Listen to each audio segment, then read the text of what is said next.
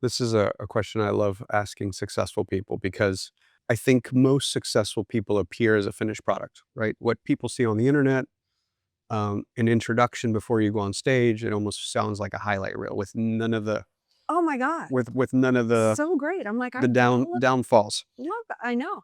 I'm What's a decision you made that looked wrong in the short term, but turned out to be a massive long-term win? Well, one was when I first came out and said I support my husband, I support a man. That was back in 2017, 2018. That was not common back then. I look at Instagram now and people are very supportive but at that time it was right around the Me Too movement. There was still a very big push for be this independent, powerful woman, which was my motto my whole life, by the way. Be this independent, powerful woman, never depend on a man for anything.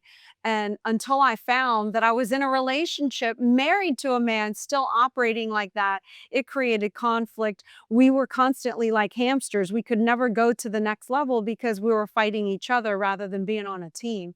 And that's when I first figured out and had all these cognitions. And I really risked a lot in that moment because I thought I was going to, and I'm sure I did, receive a lot of hate from women that were, "You're gonna set us back. What is this?" But they were missing the big point of, "Hey, then don't go get married. But if you get married, why can't you be in a partnership and aligned with your spouse to reach again that heightened level of success, that mission? I'm the boss of these areas. You're the boss of these areas. We stop fighting because now I have to run my divisions at 100%. You run your divisions at 100%. And together that makes us 200 more powerful than the 50-50 people." So with the relationship thread that you just brought up, what does a functional marriage between two driven adults actually require that most people don't want to hear? I think alignment to the mission and the big picture, the goals, the future of where you're going. I think it requires trust, partnerships, dedication. Um, and honestly, I think it also requires letting go of all the feelings, the feelings. No, it's what can we do and accomplish and win together? And how many enemies can we fight off? Are we going to let the enemies come in and break us apart? Because that's what they want. Or are you going to fight them side by side? Are you going to have each other's back through thick and thin? Um, and are we going to rack up the stats? Like for me, that's what love is, helping each other achieve um, their goals and their dreams. That's the greatest gift of love I can give my husband is help him achieve his goals and vice versa. And together we have our goals as a couple. And when we achieve those, I fall more in love and stay more in love with him than the typical what does romance look like? Yes, I'm a girl. I want more romance. I can cultivate that, I can bring more of that out of him. But that doesn't look like for me the love for the long term isn't, hey, are you willing to put your phone up to handhold and watch the whole Yellowstone series with me? No. That feels good, don't get me wrong. That should be a reward for hitting a milestone. Now we get to have this night and this time.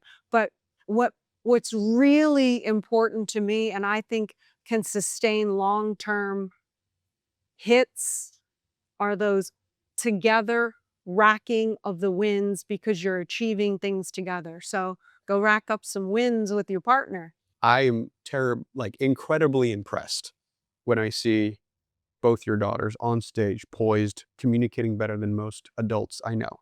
Mhm. It is an art form, and I'm still figuring it out, but, I think you're in a great position because you're so active right now, and that's really amazing. And I think that your kids will probably continue to keep that line in.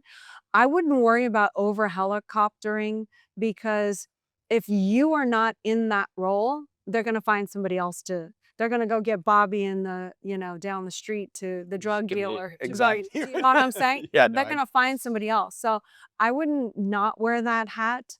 What what what I was doing wrong when they first started to turn into this teenage years and balking against me, now they always loved Grant. Grant's never had a freaking problem, which, irritated me even more.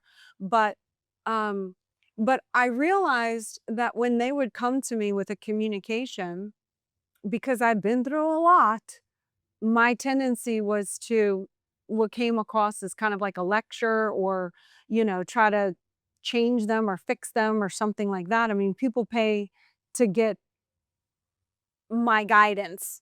Why wouldn't my kids? They get it for free, but they didn't want it. And so one time Sabrina communicated that to me and I kind of got it.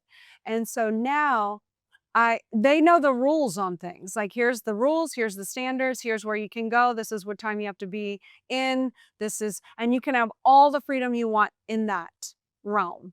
If they don't get in trouble unless they understood the game rules completely in the first place. Otherwise, it's just a warning. Oh, by the way, let me tell you, these are the rules and these are the consequences if you break those rules. But you have the right to break the rules.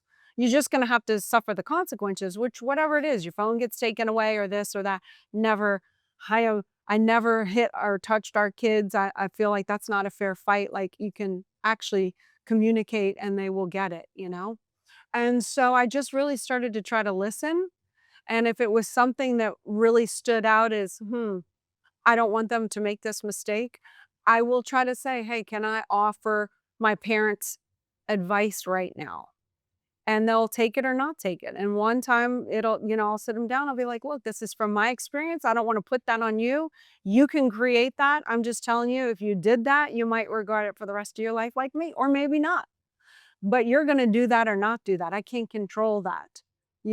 Whatever it may be, drinking or having sex too early or whatever the horrible that you don't ever want to think about scenario is.